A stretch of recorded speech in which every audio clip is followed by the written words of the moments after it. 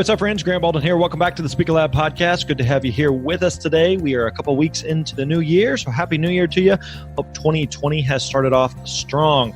Now, if you are someone who is serious about finding and booking gigs this year, then you definitely need to check out our latest book, new book, The Successful Speaker, 5 Steps to Booking Gigs, Getting Paid, and Building Your Platform. This is a book that I've been working on for the past couple of years, really excited about it. We took everything we know and everything we've learned about the speaking industry, and we put it into this resource here, so you definitely need to pick it up.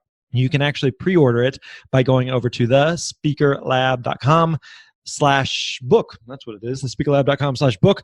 The book is going to be out February the 18th, but if you pre-order it, we actually have several bonuses that you can pick up, including getting the audiobook for free. So again, stop by thespeakerlab.com/book and pick up your copy of The Successful Speaker. We really do appreciate it.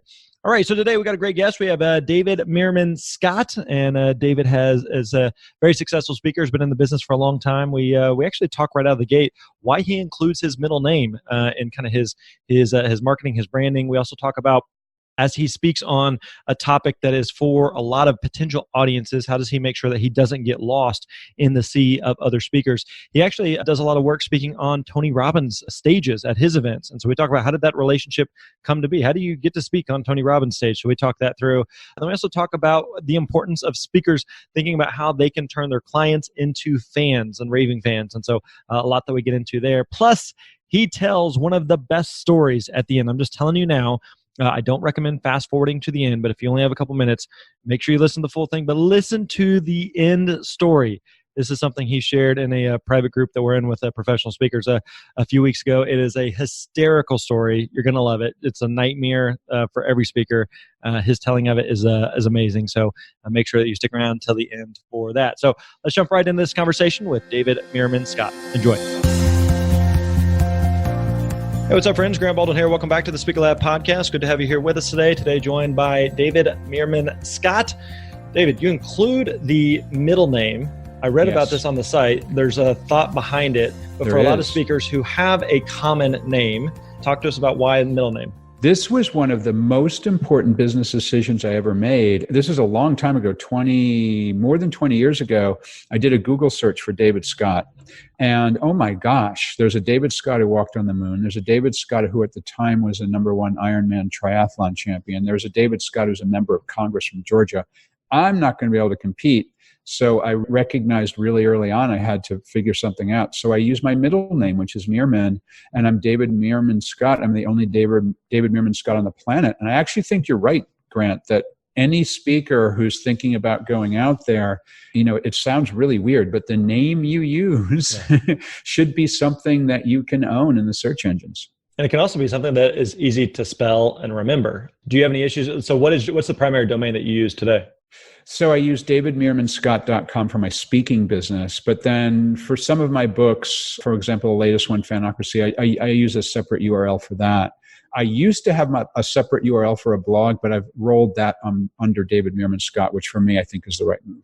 Do you have any issues? Because you look at something like Meerman, which when you look at it, it's easy to spell. Yes. But whenever you're saying it like from stage or you're talking to a potential client, do they have any issues spelling that? A little bit, but I found that any challenge that I've had is way, way, way, way, way smaller than the incredible benefits I've gotten from this, because having a name like David Scott is not a brand. Yeah. It's a name and it's 2 first names. I've had people call me Scott David many times, but David Meerman Scott it becomes a brand in itself. It becomes something that people remember because there's only one David Meerman Scott, and people remember it. So, some people don't know if there's a hyphen in there, things like that, which kind of get annoying, but it's very minor compared to the huge benefits I've derived from this. Very cool. All right, I want to dig into your journey. You've been in the speaking industry for a long time. You do a significant amount of speaking on some major platforms. For people who aren't familiar with you, give it kind of a snapshot here of how much speaking are you doing? Who are you generally speaking to? What are you typically speaking about? Sure. So I wrote a book called The New Rules of Marketing and PR that originally came out in 2007. It was 6 months on the Business Week bestseller list. It's in 29 languages. And I've written some other books since then, but that book really drove my initial speaking business.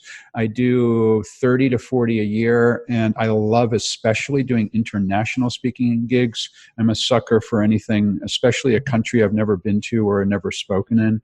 I've done over 40 countries, all 7 continents. Yes, I have delivered a speech on Antarctica. Who booked you there? I wrangled it myself with Quark Expeditions. They're an expedition outfitter. And I rung up the CEO and I said, hey, I'm a professional speaker. I'm thinking about booking a trip with you. If I do it, will you give me a place that I can do a presentation in Antarctica? He goes, yeah, you're on. Let's do it. So awesome. It was actually really, really pretty awesome. One of the things that's been really important for my business over the last 5 years is I presented all of Tony Robbins' business mastery events. Mm-hmm. And if you know Tony Robbins, you've ever been to a Tony Robbins events, they are amazing events. And to get 2 hours on a Tony Robbins stage with thousands of people in the audience, and there's like 100 support staff if you count all the AV people and security and everything. It is an amazing, amazing experience. And at the Tony Robbins events, it's the only place that I sell back of the room. So that's really transformed my business from originally when I started working with Tony, I took a speaking fee, but recently I've been selling a product called New Marketing Mastery back of the room. And that's a different experience as a speaker to do that well. And I'm hoping that this new book, we'll talk about in a little while, Fanocracy, the idea of fandom, will be the topic I'm going to be speaking around for the next decade. The 2020s is the decade of fandom for me and for my work. How did the partnership with Tony come to be? So he read one of my books, The New Rules of Marketing and PR. It was, I don't know, probably around the time it came out. And then every once in a while, I would see that he would retweet me or reply to me. He's like, whoa, Tony Robbins, that's awesome. And I had never been to a Tony Robbins event. I hadn't read any of his books. He wasn't really on my radar other than the fact that I knew that every once in a while I would have a social engagement from him. And then his team reached out and said, would you like to come and speak? And of course, Tony Robbins wants you to speak on his stage. The answer is yes. Yeah. And I did it for about 2 years where he paid my speaking fee. And I would do between 2 and 4 events a year, 2 a year in the US, and then a couple times in Australia, a couple times in Europe. And then about 2 years in, Tony said to me, David, everybody at Business Mastery loves what you do. Everyone at Business Mastery loves your message, but they want to learn more after you get off the stage. I want to work with you to create an information product that we can sell after you get off the stage that will help people to implement the ideas that you talk about. Yeah. And so for me, that was transformational because I had never thought about doing a back of the room sale, an information product sale once you get off the stage. I had seen people do back of the rooms before, and it didn't feel like my style. It didn't feel like something I wanted to do because I had seen some bad examples of that where people give a typical arrangement is people give away no real value and they're like hiding the secret sauce. And if you buy my program, you will learn the 5 secrets too, whatever it is, how to buy real estate with no money down. And it just didn't feel right to me. But in Tony's world, that's not the way that we operate. In Tony's world, you give away everything. You provide tremendous value. People can walk away from the presentation learning a ton. But if they want help to implement the ideas, there's that help available, which is in the form of different offerings that they have. And to me, that was awesome. And so I've been doing that now. I think I'm going into my 4th year probably of doing those sales. And it's been really, really great because I think I've had about 1,000 people go through the program now over the last 4 years. And I get emails every week, thank you. You've helped my business. This is great, and they sometimes share data, my business has grown 20% because of your teachings, that kind of thing. Yeah. Because there's and I'm glad you kind of explained all that because there's, for a lot of speakers, there is kind of this misconception about selling from stage that it can be a very negative, slimy, just feeling. And I think we've all probably sat through speakers that it just felt like a big pitch fest. And it felt like, what's the point of this? Like, why did I pay for this? Or it just feels like a complete waste. So I think it's important to note that it can be overdone, but it can also be done properly and done correctly, where the audience finds the value from it and it doesn't feel sleazy or slimy or poorly done. I think that's exactly right. And in the Tony Robbins world, it works brilliantly well. They coached me for almost a year until they were ready to have me go on a stage and do my very first back of the room offer. And every time I get off the stage, within 24 hours after I get off of stage, his people are there to coach me. Here's what you did well. Here's what you need to improve. And it's all about value for the 2,500 or 3,000 people in the room. It's not about how much money I can make. It's not about how much money Tony's team can make because they make a piece of the sale. It's all about the value of the people in the room. Right. And I always think of it like this, Grant. I don't know if you've ever thought about this when you're on the stage, but I do all the time. I think to myself, I've got 2,500 people in this room. I've got 2,500 people for 2 hours.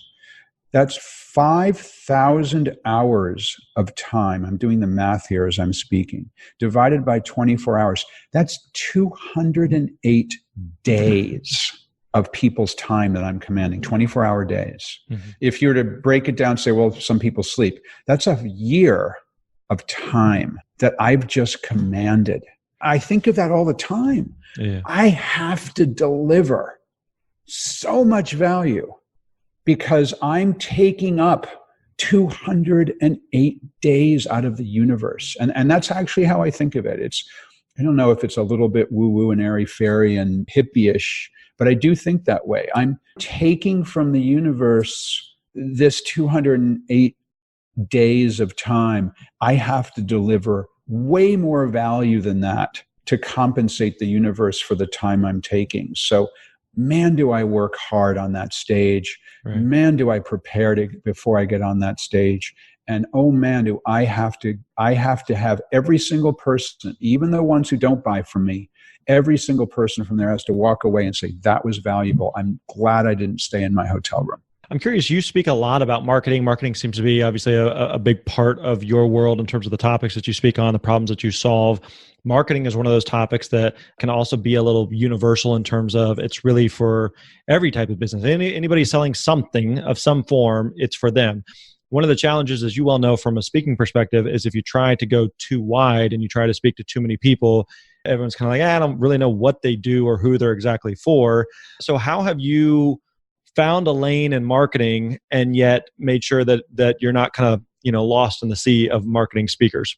First thing I think of is, yes, I'm categorized as a marketing speaker, and my books generally are categorized as marketing books, but I actually see myself more as a business growth strategist. I'm about growing a business, whether that's a big company, a small company, a nonprofit, an educational institution. I have politicians who read my stuff, so growing the number of votes, and so on. First of all, I look at myself as business growth as opposed to just straight marketing. The second thing is that for the last 15 years that I've been speaking professionally and earning money for speaking, I've been focused 100% on only speaking about patterns in the universe that I identified that nobody else saw, and that I was the first person to identify, and that I have a different way of thinking about what this topic broadly called, say, marketing or business growth is. So the first time this concept of I saw a pattern in the universe no one else was seeing was back around 2005-ish, 2006. I was writing a book, came out in 2007, called The New Rules of Marketing and PR. That was the first book that articulated that marketing on the web is not about advertising, but it's about content creation. Mm-hmm. No one had ever written about that before. Maybe other people had the idea. Maybe they were in blogs and so on. I was the first person who wrote about that in a book. And that thing was 6 months on the Business Week bestseller list. It sold 400,000 copies in English. It's 29 other languages. It was a huge success because of a new pattern in the universe that I identified. So that was my topic for a long time. Mm-hmm. The second pattern in the universe I identified that no one else was talking about was 10 years ago, a few things happened. Not everyone remembers this, but some people do. 10 years ago, Google was not real time. If I wrote a blog post, it took a month for Google to index it. Remember that? That was a weird time, right? But then all of a sudden, Google flipped the switch and the Google search engine became real time, instant. So if I wrote a blog post, it was visible to the world and indexed to the world instantly. At the same time, Twitter started to take off. So the pattern in the universe I identified was that marketing was going real time, instant, right now, instantaneous communications. I also invented a concept called newsjacking, which is when you tie a story that you write to the news cycle so that you're pushing out your content. And this is a fabulous thing for speakers because we're all experts in something. That's what we speak on, is our expertise. So if you see a news story breaking around your expertise, you put out a blog or a YouTube video or a tweet or a Facebook Live, whatever it is, right now, today, this instant, when the market is looking for what you have to offer. So rather than writing your blog post when you're ready, you're writing the blog post when the market is ready. I call that newsjacking. That became so popular, it's actually now in the Oxford English Dictionary. I spent years talking, my speech was about real-time marketing. Now, I've transitioned in the last couple of months to, I believe the 2020s, the next decade, it's about growing fans. And I think the pendulum has swung too far in the direction of superficial online communications at a time when we're hungry for a real, true personal connection. So I think we're going back to a personal way of marketing. And that's what I'm focused on for the next decade. And that's the next pattern in the universe that I just think I'm seeing and no one else is seeing, or at least no one else is talking about it. So I know you asked me a really simple question, but it was a really, really perceptive and probing question because I can't just be the marketing speaker that talks about what everyone else does. And one more final thought. I'm a huge live music fan. I've been to 780 live concerts. I've been to 75 Grateful Dead concerts. I have a spreadsheet of all the shows I've been to since I was 15 years old when I first started going to live shows. I think that as a speaker, I always want to play original music. Yeah. I don't ever want to be a cover band. And I think there are way, way too many marketing speakers out there who are cover bands. They're just taking other people's stuff, consciously or unconsciously. I'm not saying they're copying, but it's stuff that's already been out there. And I just always want to be someone who's talking about my own stuff. I'm sorry to ramble on for so long, but it was such a great question. I got some other questions, but before I get there, best live show that you've seen? I was the only person known to have taken photographs at Bob Marley's last concert. And they've actually become famous photographs. They're used in the Bob Marley documentary. They've been used in some books. Wow. It was Pittsburgh, Pennsylvania in 1980. I was 19 years old. And it was an amazing show. It was the only show Bob Marley played that he knew he was dying of cancer. Only show. It was an amazing show. There's a live album out of it. But there was no known photographs other than the ones that I took. Another couple ones that I'm proud of. When I was 15 years old, the Ramones played my high school. I was in the front row, which is kind of awesome. And I've seen some epic bands that, you're younger than I am, seeing Led Zeppelin or seeing The Clash or seeing the Sex Pistols. I mean, that's all pretty awesome, right? Yeah. Very cool. How about you? You must be a live music fan to ask me a question like that. You know what? I have been to very few live music show, and I'm not a big music guy. But I figure if you've been to 780 something, that's such a good question to ask. There are plenty of people out there that are going, I like live music. What do they go to? So yeah. So there you go. One more, because it's a more modern show. None of my friends would go with me. They all laughed at me, but it was a fabulous show. Miley Cyrus, backed by the Flaming Lips. Okay. At a club at the House of Blues in Boston. And it was fabulous. It was a couple of years ago and loved it. Just because Miley Cyrus is iconic in that she's her own woman. She does her own thing. And it's just like what we were talking about earlier with speaking. She doesn't do covers. She's not someone else. She's her own artist. And I love that.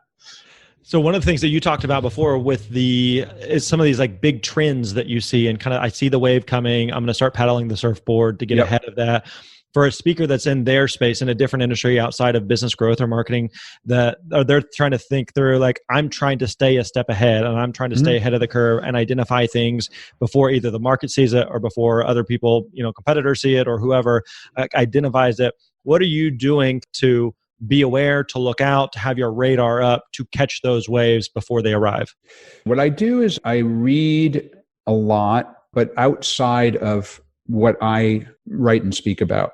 I very rarely read other marketing books. I love Seth Godin. I read everything he writes, but I don't read many other marketing books or marketing blogs or listen to very many marketing podcasts. A few. I'm much more eclectic in the information I consume because I feel like if I'm going to identify a pattern, it's going to be from some other part of the world other than the niche that I'm operating in myself. So I get ideas from lots of different places. So the idea that marketing is not about advertising, it's about content creation. I learned that just because I was thinking about content, not thinking about marketing. And the idea of marketing is real time, same idea. I was thinking about, oh my gosh, this is all instant stuff. This is like a bond trading desk. This is really different. This is really interesting. And the new stuff I've been talking about, this idea of fanocracy, I call it, is really been around. We just talked about a massive live music geek, and how interesting is it to be a fan of something. And my co-author actually is my daughter, Reiko. She's 26 years old. And when we started researching, she was 21. She's a massive Harry Potter fan, huge Harry Potter fan. Read every book, seen every movie, went to the Wizarding World of Harry Potter theme park multiple times. She even wrote a 90,000-word alternative ending to the Harry Potter series where Draco Malfoy is a spy for the Order of the Phoenix, and put that on a fan fiction site. It's been downloaded thousands of times. Yeah. So she and I are both massive fans. And I was thinking to myself, gosh, is there a way for companies, nonprofits, government agencies, speakers, consultants to grow fans in the same way that Harry Potter has grown fans, or the Grateful Dead have grown fans, or that Miley Cyrus has grown fans? And that's what we researched for 5 years. So what I do first is I identify that pattern in the universe that I feel like really is something interesting. And I get some false starts. It's not like everything is perfect. And then I'll begin exploring those ideas. I'll tweet a few things out. Might write a blog post or two. I might do a 2-minute riff from the stage. I might talk to people just at a cocktail party, sort of exploring and poking and prodding this pattern in the universe that I see. If I start to get traction, if people say, wow, that's really interesting. Gosh, yeah, what do you mean by that? Or if after my speech, 10 people ask me about this little riff I threw in that was new, or if I get more traction on that tweet I sent or that blog post I sent gets more comments, I think I have something there. Yeah. And I begin exploring it more and exploring it more and exploring it more. And then I think, do I have a book here? Do I have a speech here? Yeah. And if the answer is yes, then I go all in. And that's exactly what I've done now a couple of times. And that's been what's been transformational for my speaking business, is because I'm talking about something new, something really different, something that people go, oh my gosh, this isn't just a marketing speech. This is like something new that I hadn't even thought of. Right. Fanocracy, turning your customers into fans and your fans into customers. So for people who are, especially speakers who are going, okay, how or why do I need to be turning my audience into fans? Or why do I need to be turning the event planners or decision makers into fans? Why does that even matter? So what's interesting about this idea of building fans is that you go from just doing transactions. In other words, oh my gosh, where is my next paid speech coming from? Right. To building a tribe of people who are eager to know what you're doing next, who are eager to book you multiple times, who are eager to have you be a part of their tribe. And that's what happened to me in the Tony Robbins world. Yeah. Is Tony has a massive fan base, millions of people who follow Tony Robbins.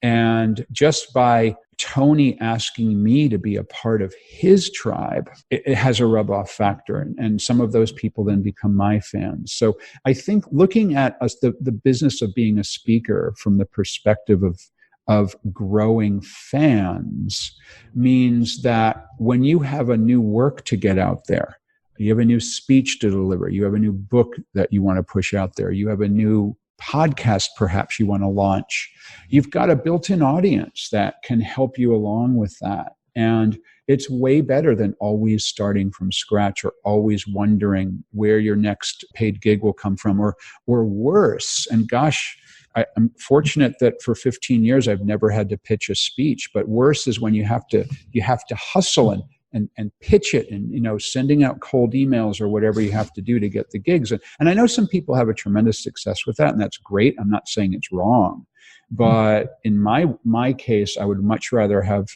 these invitations to speak come to me rather than me having to go out and find them. Yeah. I mean, of course, but to be devil's advocate, some of that is also just the momentum of getting the flywheel going, getting the momentum going, getting the snowball rolling requires some more effort in the beginning to just get it started.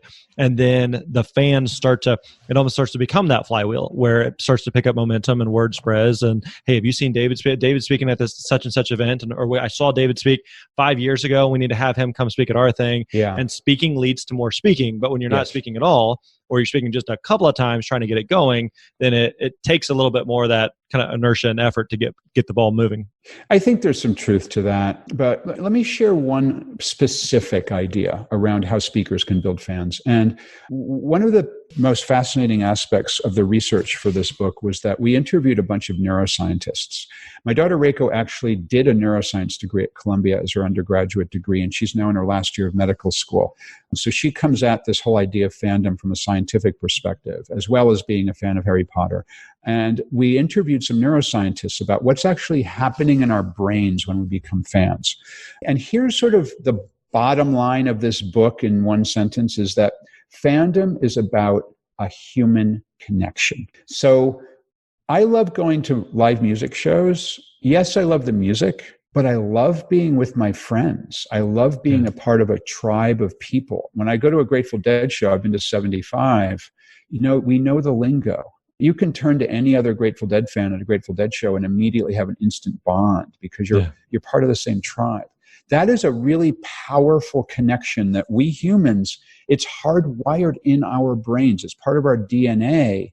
It's a survival technique. Actually, the neuroscientists tell us it's a survival technique that you have close personal relationships with other people and you're part of a tribe. Right. So there's one neuroscientist named Edward T. Hall who identified 3 levels of proximity. Public space further than 20 feet away. Our brains don't track people in public space. We know they're there, but we don't worry about them. Inside of public spaces, social space, 20 feet to 4 feet, our brains are very aware of who gets into our social space because our ancient brain needs to know, is this a friend or a potential danger? Yeah. Is this someone who might hurt us? Do we have to signal our fight or flight mode here? Right. And then inside of 4 feet is called personal space. Really powerful emotions happen in personal space. That's why when you, with people you know and care for and love, other Grateful Dead fans or your best friends or at a cocktail party, very positive human emotions. Or in a crowded elevator, can be very negative. It's hardwired. We can't help it. So you feel nervous, even though intellectually you know there's no danger. Your brain signals danger because you don't know the other people in that elevator. Here's what this means for speakers. So many of us, I'm not including myself, but I know a lot of speakers who get paid to go on stage, deliver a talk, and run to the airport. They don't stay. They don't mingle. They're not a part of the event that they go to. I've always personally prided myself on telling the meeting planners that I will stick around as long as I can. If I have a morning talk, I want to be there for the morning break. I want to be there for the lunch. If I can still be there for the afternoon break and the cocktail hour and the dinner and I go home the next morning, I'm going to do that. Right. I'm not just going to do my speech, get off the stage, and run to the airport. Well, it turns out that that's really, really, really effective for building fans as a speaker because of this incredible, powerful emotion that you're developing among those people who you have a chance to meet, especially when you hang around after your talk. Right. Because when they see you in the speech, you're in their public space. You're 20 feet or further away. You're on that stage. You're untouchable. Then when they see you afterwards at the morning break, at the lunch, at the reception, you have 5 minutes to talk with them over a glass of wine at the reception. Incredibly powerful human emotions happening right then. They already trust you. They know you're the speaker. Yep. They heard you talk. that is a way to build fans. And, it's worked for me brilliantly. Then the number of people then who comment to me later, God, it was so great to meet you. Thank you very much. I loved your talk. Every one of those is someone who can recommend you to another speech. Every one of those people, right. Someone who can buy your next book. One more thing related to this is I also find it really important after I get off the stage to immediately, as soon as I can, check the social feeds, check Twitter and the hashtag, if there's a hashtag at the event, and immediately begin replying to anybody who's reached out using my Twitter ID or anybody who's used a hashtag and talked about me. I immediately, as quickly as I can, respond, because those are people who took the time to say something about you.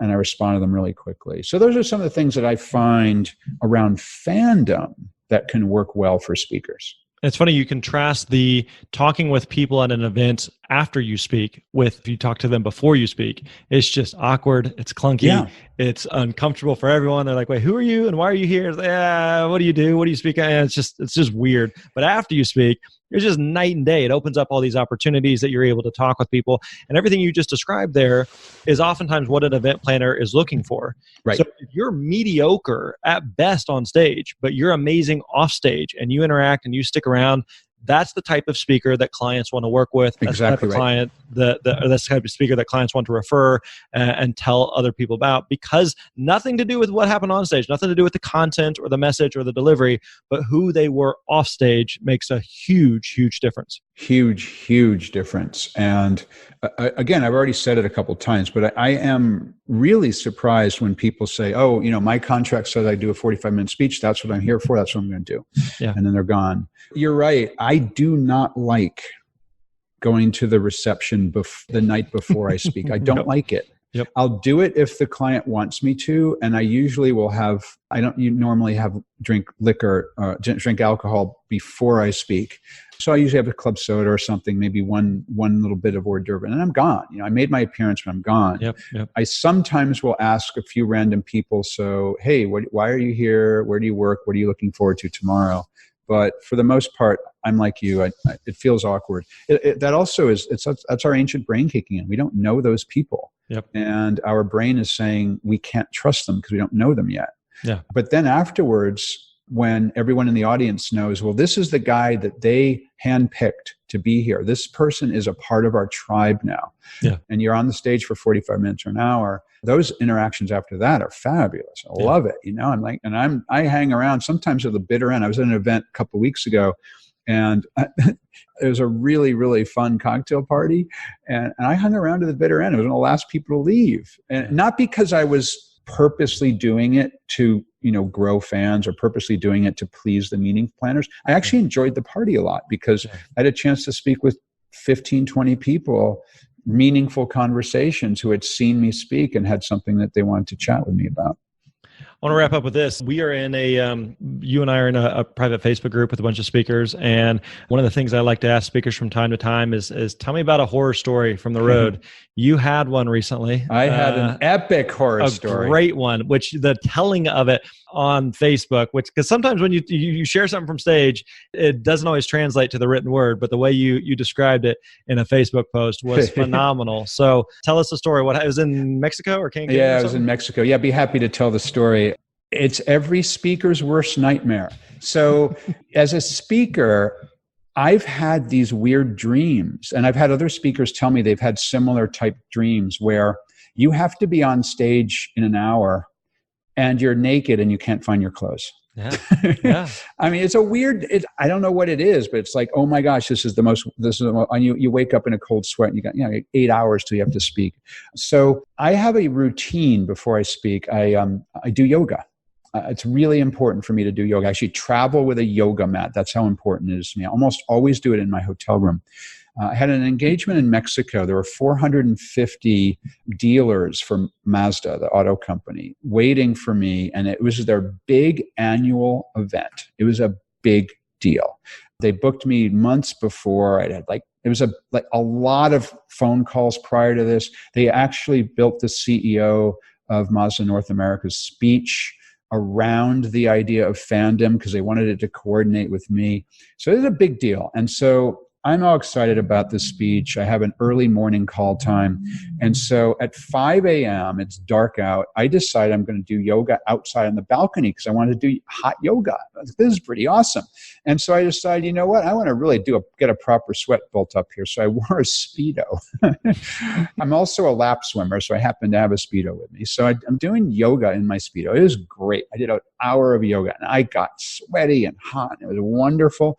Out on the balcony of this 5-star resort in Mexico on the 4th floor. And no one could see me because it was one of those sort of balcony fence things. Plus it was dark out. I went to go back into the to the hotel room. The slider was locked. And at first I'm like, no way, you're kidding me. And I pull it on the door. I am locked out. I have to be on a stage or actually to call time in 2 hours. It was just, by then it was 6 o'clock in the morning. I had to be down there at 8 o'clock in the morning. I have 2 hours and I'm in a Speedo and I'm locked out. So here's what's going through my mind. Plan A, I can leap down, not 4 stories, but I can leap down about 20 feet to this roof garden that was right below my room. And I actually considered that. But the problem is I could have landed in cactus or worse, once I got down there, maybe there's no way to get back into the hotel. So I decided not to do that. I could have broken the glass door by pushing a chair against the door. I actually thought about that. Chose not to do that because, I don't know, it was would have been really dramatic and the glass was really thick. And I don't know, I probably would have done that if it had gotten closer. The next idea, which I did try, was I climbed over the balcony, fencing thing, and I started doing a kind of a Spider-Man along the outside of the balcony railing to other rooms because I wanted to see if anyone else was awake and could let me in their room. And I went 3 or 4 rooms one direction, 3 or 4 rooms the other direction, and I thought to myself, well, wait a minute. I'm a sweaty guy in a Speedo, and it's like a Me Too era. This is not something that I probably ought to be doing. I could get in deep trouble. I could end up in a Mexican jail.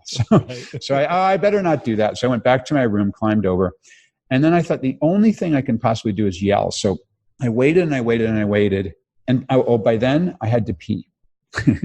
So what are I going to do? Pee over the balcony? And I thought about that. So I peed into the flower pot.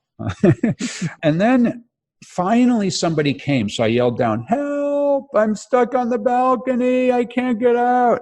And this guy looks up. He was a gardener, I think. He looked and he waves to me. He doesn't speak any English. And I can imagine going through his mind is, what is this crazy drunk gringo doing yelling down at me like this for?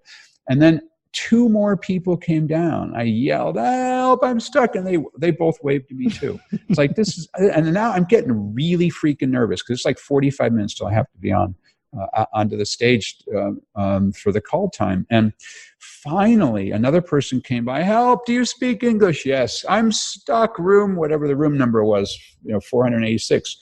And then he okay, coming. Then I realized, oh crap, I deadbolted the door. Oh my God. So I sat down in the lounge chair and I can't believe this. So I waited and I waited and I waited and I waited. They had to find the special key that opens the deadbolt. There is such a thing, opens the deadbolt. It's not the normal security key. It's the double secret key they needed. So finally they got me out and I'm sweating. I look like I just got out of the swimming pool, sweating in the Speedo. And they looked at me and oh my God, this is weird. And I'm like, thank you very much. Please leave my room. And I took a really quick shower and I didn't run, but I almost had to run. And I can't believe it. I arrived in the room at 1 minute before my call time. Had anything gone a little bit more sideways, I would have missed this really important speech. And I wouldn't have been able to tell anyone why. Where's our speaker? He's missing. Is he dead? Yeah. Did you tell the story? I did not. Have you shared it at all from stage? It seems like a golden story. I thought about sharing the story from that stage at that event. Yeah. I considered it and I thought, I can't because there's a chance that I would embarrass the meeting planners because they wanted everything perfect and it wasn't perfect. The slider locked on the speaker. And I also didn't want it to be about me. I didn't want the speech to be about me. I wanted the speech to be about the audience and how they can build fans for Mazda. And that's what the speech was about. So I chose not to. However, later on, I did tell the meeting planner what happened. She thought it was hysterical. And I didn't say I thought about telling them from the stage. I just told the story. They thought it was hysterical. But thanks for asking. It was every speaker's nightmare, but fortunately, it worked out well. It's a nightmare in the moment, but after it happens, like, this is amazing story to use it's an amazing from story. stage. Oh, and you're right. The Facebook group that we're part of, which is all professional, about 400 professional speakers, I had like over 100 comments on that story that I wrote up on the Facebook. It was that morning I wrote about it. After I got off the stage, here's what happened to me today. That's amazing. David, thank you so much for the time. The book is Fanocracy, turning your customers into fans and fans into customers. If people want to find out more about you, what you're up to, check out the book. Where can we go? Yeah, so we talked about the top, but I'm the only David Meerman Scott in the world, so Google me and you'll learn about me. There is a site at www.fanocracy.com, so you can learn more about the ideas in the book. We've got a bunch of free content there. And on the socials, I am DM Scott, DMSCOTT. Thank you very much, David. Appreciate it, man. Thank you, Grant. I really appreciate what you do, and I really am honored that you have me on. All right, there you go. Hope you enjoyed that conversation with David. Did you enjoy that final story? I told you that was good, right? Crazy scenario there, crazy situation. But one of the war stories that happens out on the road in the life of speakers. Again, check out his new book, Fanocracy, turning your customers into fans and fans into customers. Make sure you pick that up. And while you're picking that up, also pick up a copy of The Successful Speaker. Again, the book will be out February the 18th, so about a month away, depending on when you're listening. But you can still go ahead and pre-order the book. We have a lot of pre-order bonuses that we are going to hook you up with. We have heavily incentivized you to pre-order the book, so you can do that by going over to thespeakerlab.com/book. Again, thespeakerlab.com/book, and pre-order your copy of The Successful Speaker. All right, my friends, that wraps up today's episode. We'll catch you next time. You're awesome.